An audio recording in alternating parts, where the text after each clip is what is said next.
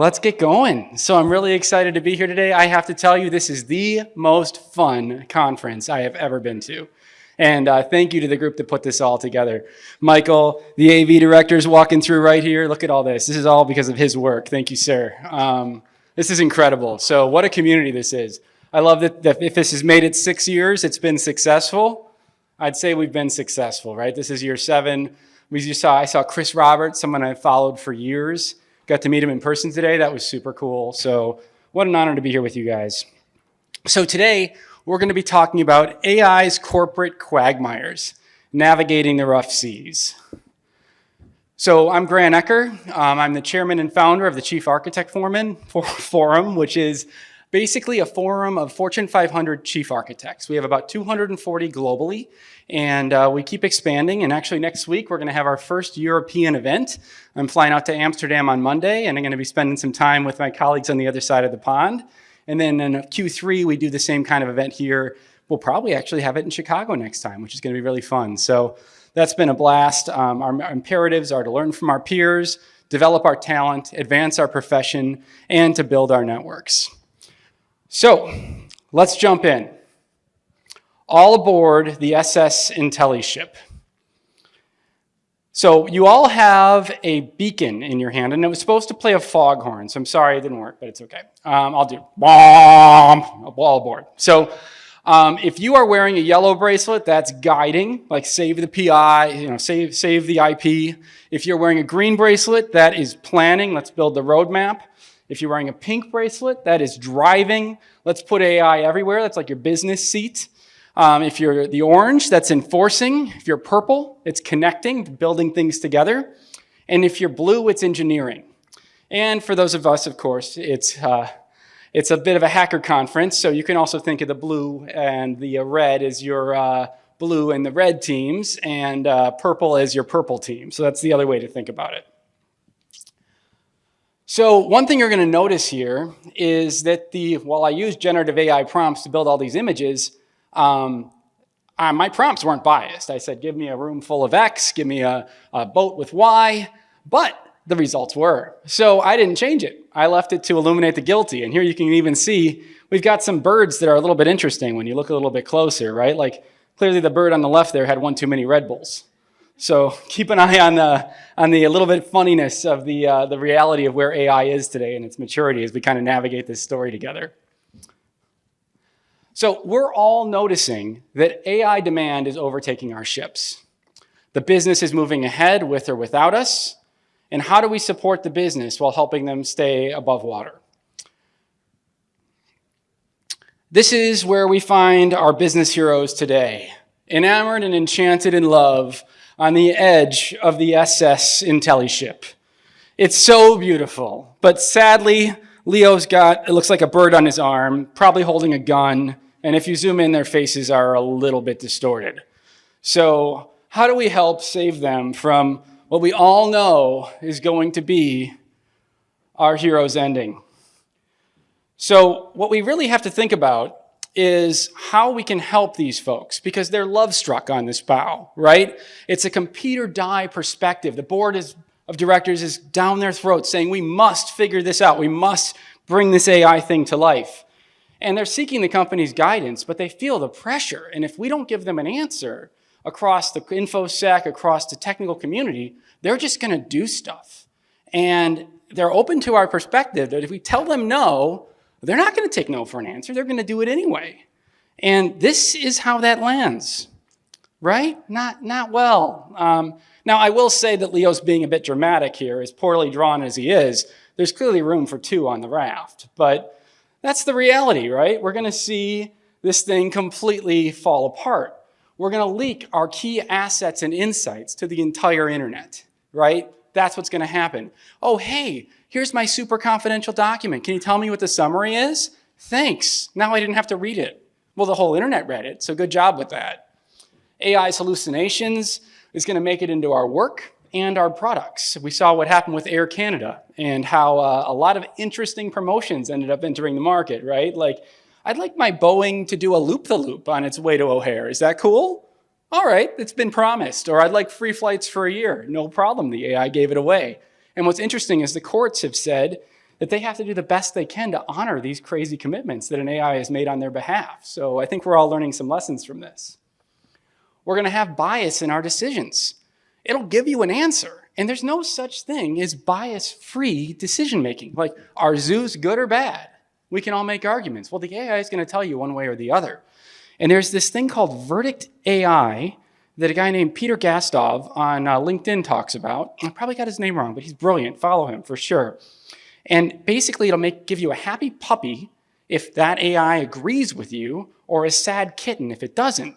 It can be things as simple as zoos are a good thing for society, Messi's the best soccer player in the world to ever live, or Trump is a better president than Biden. You can pick whichever perspective you want, it's fine. The cool thing is that the AI is going to give you a happy dog or a sad kitten, and you're going to know who you're talking to, because the reality is a bias-free world doesn't exist. So we need to embrace finding the right voice that we're trying to create by asking the AI where it is on a particular issue. We're going to have absent AI strategies if we don't engage the business and help them craft their path forward. Well, what does that mean? Well, it means we're going to have disjointed AI tactics. Imagine every department deploying their own little bot, signing a contract, building it into their SaaS. It's going to be a disaster, right? In addition to that, imagine the kind of costs we're going to see. This is going to make no sense when you zoom out and look at this a year from now after we've signed all these contracts, deployed all these products, and now we're trying to defend a beachhead that's absolutely undefendable. So that's the pain point that we have in front of us. Well, fear not. The chief AI officer's ego has entered the room. And that is going to solve all our problems. Let's take this apart. So what is that AI officer going to do for us? They're going to navigate the high seas of where we are in this technology, aligning the key use cases. Let's build a 4-blocker. How hard is it? How much value does it give us? Low effort, high value? Let's look at those things, right? High effort, high value? Let's plan that stuff out. There's going to probably be a pretty good business case here. Low effort, moderate value? Okay, let's do it. Let's put an enterprise chatbot out there for the whole company. It's not going to change the world, but it's cheap, and people will start to get a sense of what this thing is. So that's all pretty cool stuff. Now that we have an idea of what's important, let's design the collaboration we need across the organization to bake out the right ways to build this stuff. And then increase the guidelines and guardrails that we need, or build the guidelines and guidance we need to put policy in place on the bridge of corporate governance and bureaucracy. Deploy that governance and actually start to embed it into our processes, put it into our procurement process, put it into our architecture review process, our legal review process. Bake in what the policy should say and what it tells us to do into when we actually are going to make a decision and purchase something. And then mitigate the major concerns. Is there an AI bot spying on us as we have our meetings internally because it's going to give us meeting notes? Well, that's a great trade. You mean you're going to take everything that we said in this meeting, you're going to put it on somewhere on the internet that no one knows about, but you're going to give me a copy of the notes? Oh, this is sweet. I need this. Let's get this in every meeting. This is awesome, right? Firefly AI, this is a good product. So, do not let the viruses of, basically the parlor tricks of the AI drug get into your organizations. Then we unify our vision and set the course. So let's find our heroes our tech heroes in the engine room. And although Gordon Ramsay's face looks a little weird, I didn't ask it to make it Gordon Ramsay, but that's kind of what we got, and we clearly have someone's head stuck in the engine room. We still really have a message here around what we're going to do to bring our engineers together. The tech community, our architects, the folks that understand each of the domains of technology, InfoSec, how to keep us safe. Not just the people that are really smart at the technology and understand the different toys out there, but also the people that really are understanding the what. What are we protecting ourselves from? What is the privacy that matters? What are the controls that matter? The data folks, a lot of the solutions as we get out of the easy corner and into the next wave of high-value solutions are going to be things that require us to do a little bit of data engineering. So we need them along with us. We also need the solutions experts that are going to help us build out. Let's identify the successes across this community that already exist. They do, I promise you. You get these people in a room, they're not sitting alone bored in a room just trying to make this, like, they didn't ignore this trend. They're already playing with it. What have they learned? What are they already taking to their business partners today? What are the clear wins we can expand?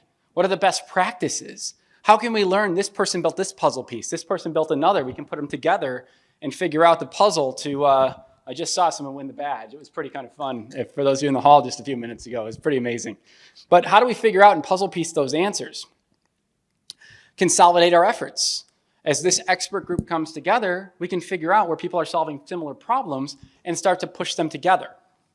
Let's expand our deployments, where we start to have initial successes into broader scopes, into enterprise scopes, and then communicate the wins. Welcome to the bridge of corporate bureaucracy. So we go up here and we're absolutely used to this, right? Now, of course, notice the wonderful diversity in this room, and we have a mayday on the captain's face. But in addition to that, we have two more things in this room. We have life vests and we have vomit bags. Very important. If you've been in the bridge of corporate bureaucracy, you've probably experienced all of these things. So in this room, I want to point to the things that we actually have to do. We have work to do here. What are the artificial intelligence plus human intelligence decision policies we need to have, right? Where are we going to be able to sort of figure out our true north? Are we going to allow AI to make decisions that are going to impact our people? I mean, this is where things start, like, it's cute and it's kind of funny and oh my gosh, corporate, blah, blah, blah.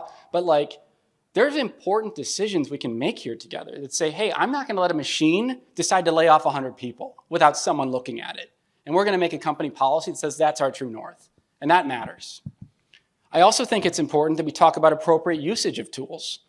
It could be usage from a cost perspective if we're not going to deploy the thing that costs $10 a use across 60,000 associates.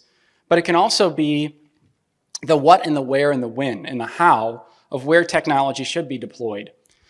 Data and IP guidance is an easy place to look at that, right? So we shouldn't put trade secrets into public ChatGPT, into Bard, etc. And sometimes we may not know where these things are getting deployed. And we'll talk more about how keeping employees safe is a big piece of this. What are the controls and the reviews? As every solution in the world is now offering AI, and we have our gates today, we don't necessarily need to add something new.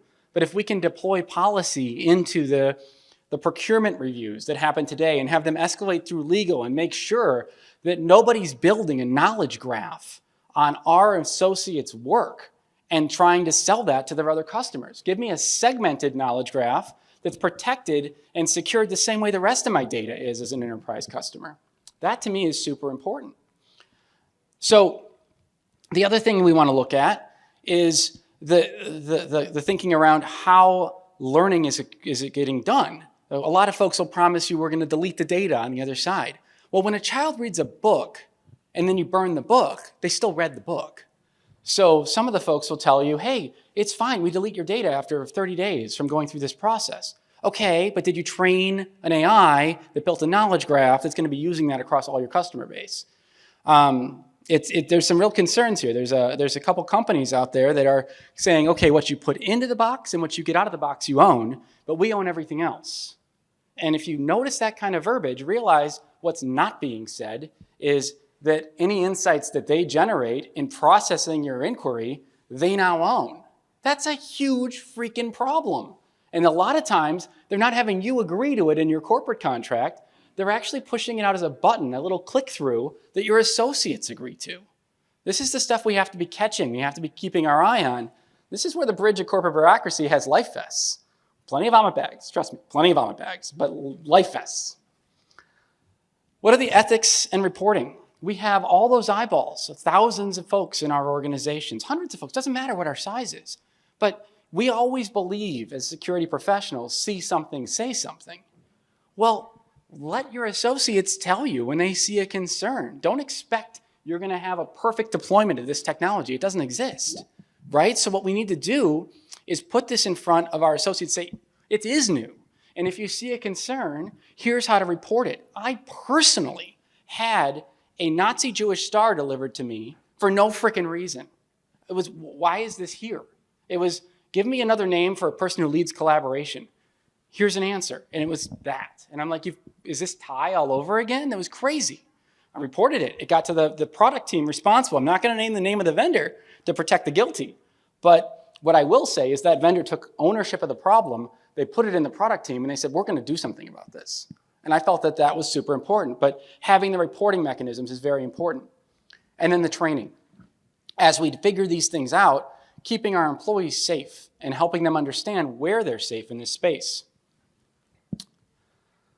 So let's upgrade our navigation system, right, with all that work together. Now we get this whole upgrade to protect our data loss protection, right? We have the UX controls and the IT controls out there that are going to help ensure that when someone's using an AI solution, they're getting what they expect out of it.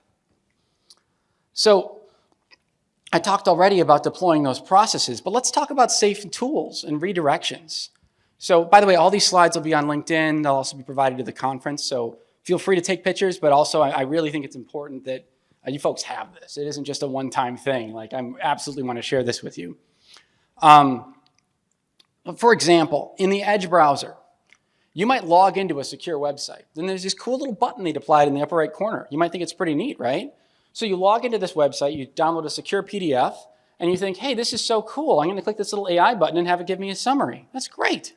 But what you don't realize, if you didn't log in to your browser in addition to that page, you're actually using a public GPT offering that's learning and creating a knowledge graph from that. So I once had an associate in a company that I'm familiar with actually share a screenshot of them working with this tool saying, hey, look, guys, I found a way inside a corporate website to take and have the browser do an AI on whatever is on the screen. And then this person had blocked out the parts of the screen so we wouldn't see the sensitive document. And I wrote him a message privately, and I said, you just leaked that entire message, that entire sensitive document to the internet, and you didn't know it. Because what people what we don't realize is that it's actually the worst things happen when we think we're safe, right? If you think you're in your house and the door's locked and all these things, right, you think you're safe. So you're going to do things because you're in the safety of your own home. But that's when you're not safe. The illusion of safety is the danger. People go to ChatGPT, they're not going to put the company crown jewels out there. They're not trying to destroy the organization. But if they don't know any better and they think they're using a company deployed browser, they think that this is just an enablement provided to them by the company. So we can actually have the vendors that we trust be the instrument of our leakage if we're not careful. And that's where the communication and the training come together. So let's navigate out of those high seas to safety. And despite the fact that we literally have a cruise ship floating in the air from the extreme weather, I mean, that's some extreme weather, we're actually on our way. And this is where we can start to align the high usage, we talked about earlier, the high value, the high risk scenarios across corporate teams into a vision for the future. If something's going to have that high usage, maybe it's not a high value, but it's high usage, we want to protect that. We want to make sure it's in the right kind of controls, that knowledge graphs aren't getting created. I like to call that AI spyware. We're not creating AI spyware within our own organizations. The high value stuff, did we align that to the best things out there? If this is a competitive advantage, I don't want to be using GPT-3.5.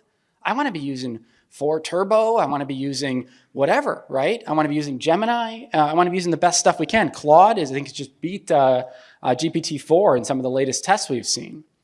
So these are the things we need to be paying attention to and ensuring the most differentiating use cases are getting the most valuable and impressive technology aligned to them.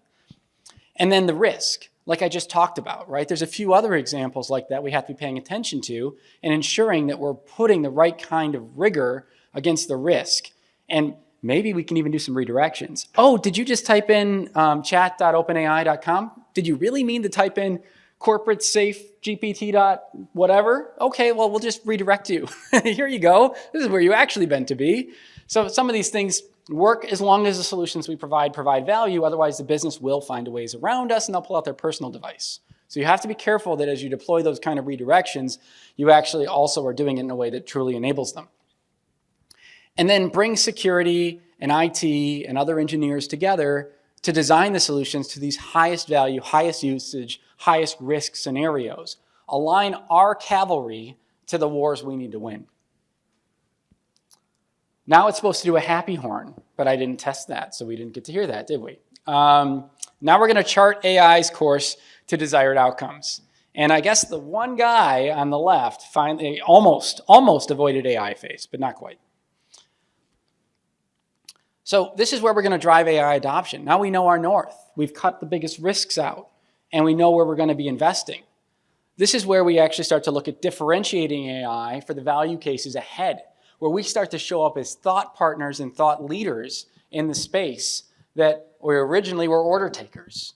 AI is a gift to us in this room. It's an opportunity for us to be leaders with our business, to show up and actually have a voice in some of these rooms where they've just said, go build this thing. We have the low-cost shared AI for general use, as I've talked about earlier, and differentiating AI for high value, and we're championing the next wave of innovation and business needs together. So let's take the night. And I'm very excited about what we're going to be doing next year. So thanks for hanging out with me before we get together and actually get to play with some chips and cards and a few things I've seen Michael talk about and the cheats we can pull together and take the night.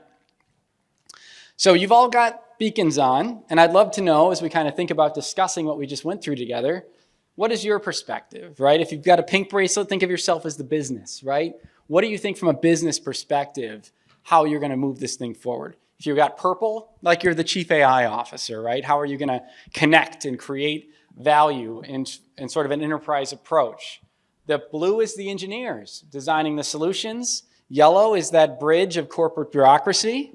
Orange is enforcing that, and green is planning the future. So what do you guys think? What kind of questions do you have? What kind of experience have you seen? Got about 5 minutes. We can jump through some ideas and some questions. What do you guys think? Yeah. No, I mean,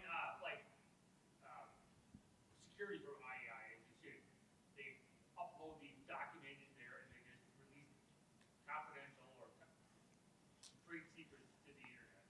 So, and for that, like, protecting the company comes down to some of the type of continuing education on the end users about it. Having a strict policy, you say you can't use AI, is just going to say they're going to go home and use AI. Great point. So we've got people out there that are leaking our most sensitive documents to the internet. We tell them we can't use AI, they're just going to go home and do it, right? And how do we kind of manage that? Because that's what we're seeing happen, right? Is if we block them, they do it at home. If we don't block them, they do it at work, but they're going to do it. And that's where I think education and awareness and having alternative solutions is so important.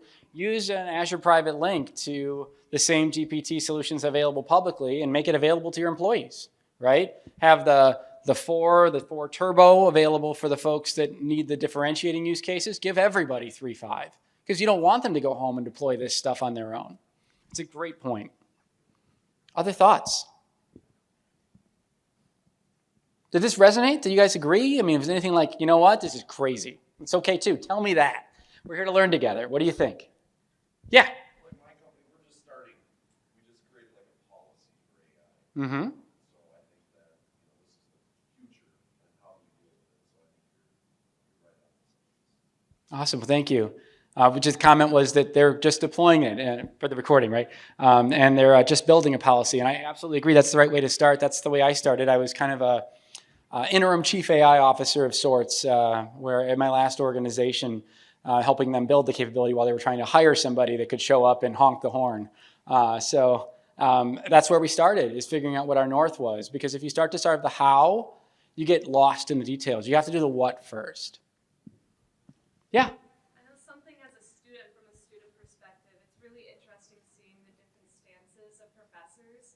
Because I know there are some degrees where it's like absolutely do not, but as cyber students, they're very much encouraging of exploring and using it for ideas and kind of as almost a second person to bounce back and forth with. And I think that's been really interesting because our university hasn't made any efforts to regulate or no policy, so students are just using it for whatever they deem necessary. So Awesome. I love that. This is just a student has just spoken up sharing how different professors are embracing this at different altitudes. And I think the most progressive within this group have really resonated with the students, had use it, try it, learn with it, and how that's been helpful. And I think a progressive point of view is going to be what's going to be more helpful. Certainly old school. We can't ignore this. We have to embrace it. Maybe one, yes. Go ahead. Yeah, you. Yeah. Hey. So Azure is like the guarantee on the box, right? It makes you feel nice and comfortable when you're in the Azure environment doing your AI stuff. Yeah. Is there a good alternative to that just isn't as expensive? Like, if you roll out something on like Runtime or Mass Compute or Lightning AI, if you're running an open source model on that with, like proprietary data, like let's just say your data. Yeah. Do you have to have the same fears hitting like on rented machines when you're inferring your data? I'm with you. So, Microsoft and other solutions can be a bit expensive. Some of the open source, how do you deploy that? And I think Microsoft is expensive, and a lot of the solutions are expensive if you aren't careful about how you deploy it. If you deploy a GPT-3.5 across a full associate base, it's actually pretty cheap because 3.5 is 1/13 the cost. And generally, corporate can absorb what all employees consume in that space. So first look at what are tailor that SaaS offering and challenge your partners to find the inexpensive options where you can have a very sort of straight-piped approach from Azure to Private Link to OpenAI and back. Look at that as well. Certainly, some of the open source models are interesting, but one of the challenges there is you quickly start to want to customize and you want to tailor it, and you also have to maintain it. And you have to look at what is the cost to operate. Because in this particular moment, the innovation is happening so quickly that if you build your own and you actually do it at scale, you can easily spend tens of millions of dollars. And the problem is at that scale, unless you're solving an absolute differentiating use case like curing cancer, which I've actually seen some work done on that. And that's absolutely amazing. And it needs to be the double digits millions in investment because it pays back. 5 years of research can happen in months. It's absolutely amazing. But we have to right size the investment. And if you're doing that work, sure, spend that. But otherwise, you have a huge risk. You spend millions to build that environment. By the time you built it, you're a year behind of where the industry has gone, where they're spending trillions. So you've got to be really thoughtful and be thinking, not penny wise and dollar foolish, but is there an economical way to be able to leverage the intensity and speed of the innovation?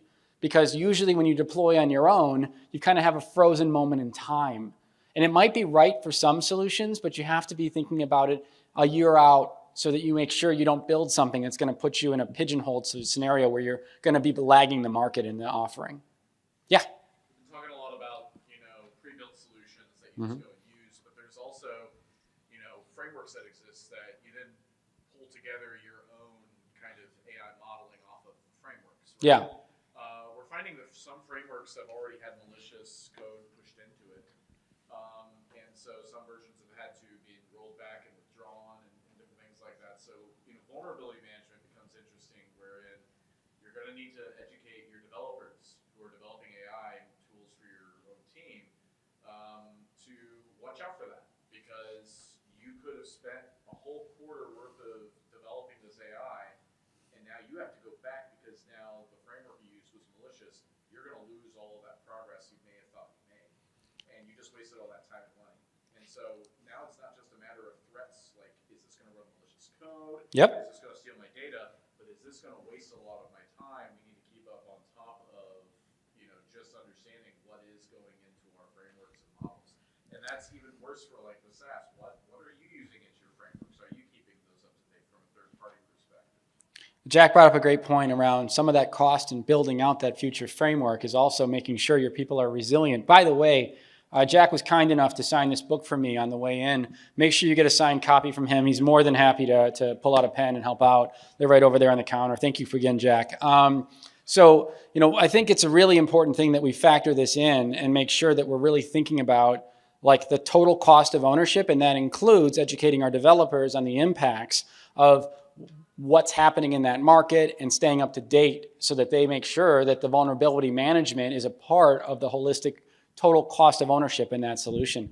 I know we've got some casino games I'm keeping you from, so I'll just give you two parting thoughts. One, very important, although I know the game I think has been won, I am right cherry. Very important. If you need a right cherry, I am your huckleberry. I am here for you. And I am also needing that corner right there. So if anyone has that, I would absolutely love it. Because I want a green badge. Who doesn't? Like, high scores and green is good, right?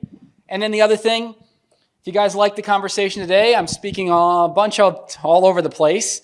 So if you happen to be in the neighborhood, I'll be back here in May 9th for the CDO Data and Security Summit, where I'll be doing 2 boardrooms.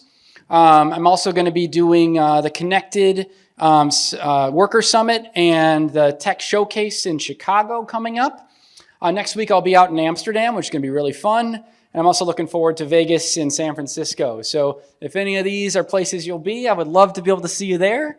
But thanks a lot for your time and attention today. I had a lot of fun pulling this together, and thanks a lot for making the time to be here with me, 9:30 at night, 10 o'clock, as we get ready for casino games. This is a blast, and I'm just, again, thank you to Michael and the organizers. This is the most fun conference I've ever been to, and it's just amazing to watch the connection in the community here. 7 years in running. Well, I can't wait to be here for the next forever. I just got to get one of those freaking cool badges that let you keep coming back. So if you get a chip on that, let me know. Again, make sure you get a signed book from Jack. Have a great night, everybody.